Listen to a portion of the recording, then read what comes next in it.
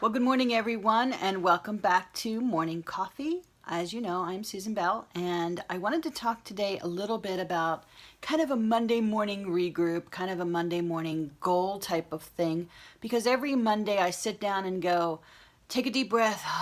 What happened last week? What did we do over the weekend? And now Monday, it's quiet. I have my coffee in my beautiful Buddha mug. Look at that beautiful mug. I'm a mugaholic. So if you find any really cool mugs and you want to share the link with me, I will probably buy it. So every time I come home with a new mug, my husband goes, another mug? Yes. So this is Buddha, and he's here to join us this morning with my coffee. And what I wanted to talk about is changing behavior.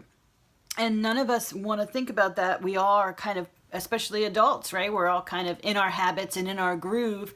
But obviously something in our groove isn't working for us because we're always looking to improve. So if you're looking to improve your habits, your behavior as a therapist, your behavior as a business person, because even if you work for yourself or you work inside of a company, you still have yourself to worry about and think about.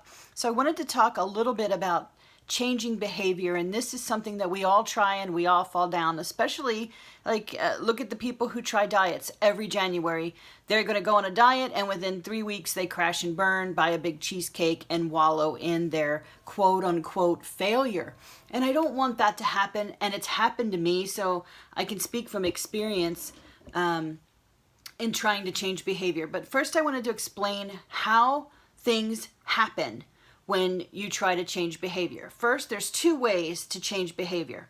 One is just have something traumatic happen and your behavior changes.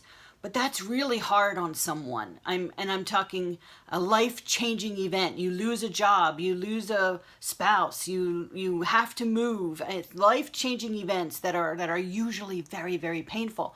And that's not what I'm recommending. The other is kind of a trickle method. If you think of the Grand Canyon, for example, the Grand Canyon was formed year after year, century after century, just by running water. So there's the running water doing its normal thing. It's not created with bulldozers and dynamite and all that painful stuff. It's created by flowing, running water. And if you've never been to the Grand Canyon, it's one of the most breathtaking, majestic wonders of the world. So when you think of the Grand Canyon and how it was created, it's huge, monstrous, and goes for miles. I don't know. I'm not a Grand Canyon expert, but I am good at changing behavior. So part of changing behavior is just taking little bits at a time, little bits that are comfortable. So say, for example, you need an extra couple bucks in your pocket. Who doesn't?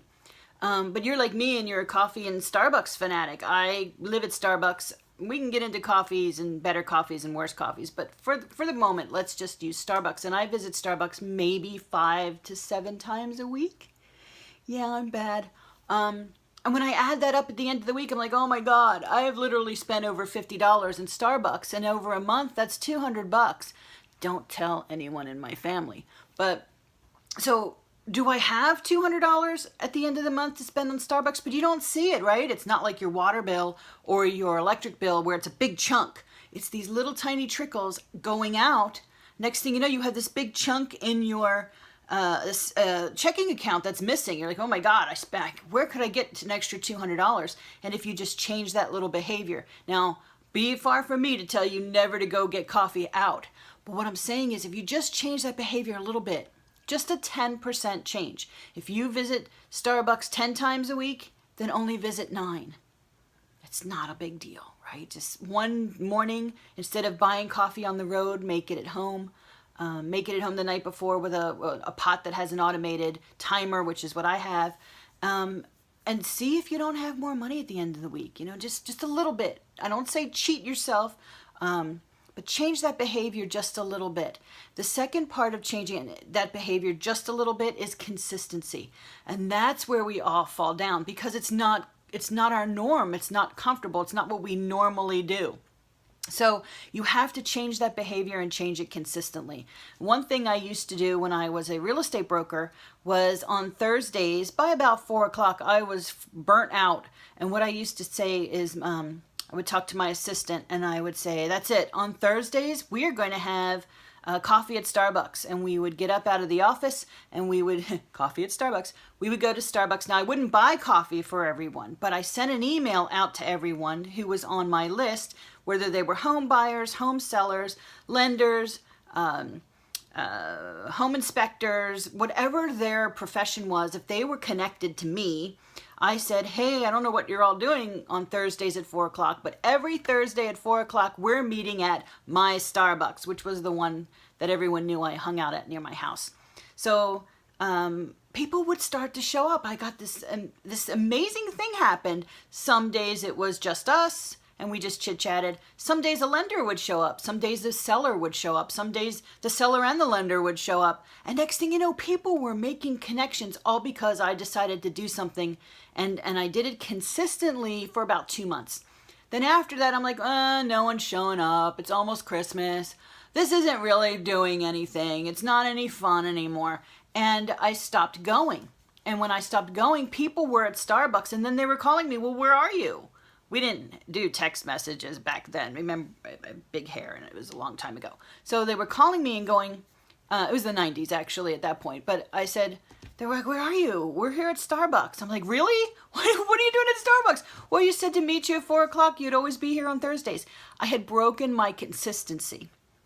And people were expecting that consistency from me. So if you change your behavior, just that little bit, all I did was add a coffee meeting to say hi to everybody. And that consistency is what created the new habit. Other people made it a habit, and my stopping the habit was what actually broke that. Could you imagine what could have happened to just the networking opportunities for all of the people that I put together if I had continued? And I still, when I talk to people, this was, many years ago, and I still talk to people, and they're like, remember when we used to meet on Thursdays? And I only did it for 2 months. So imagine just changing your behavior a little bit and staying consistent with it, what that would do. And apply that to your massage business.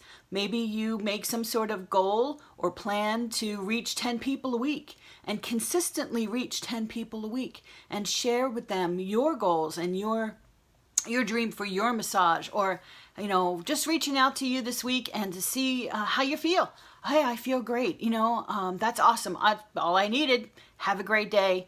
Talk to you later. Whatever your goal is, and I want to see what your ideas are in the column in the chat below, so that we can start working on those, and I will actually address any goals or challenges in that comment box below. With regards to this, it's kind of a lot to handle. It's a big chunk, and it's a little off of what I was doing, but that's my Mondays. I actually get back to business and refocus for the week. So we will see you tomorrow. Don't forget to comment below. I'd love to hear what you're going to add or take away, just 10%, to make your change for the better, an improvement to your life and your business. Talk to you later. Bye.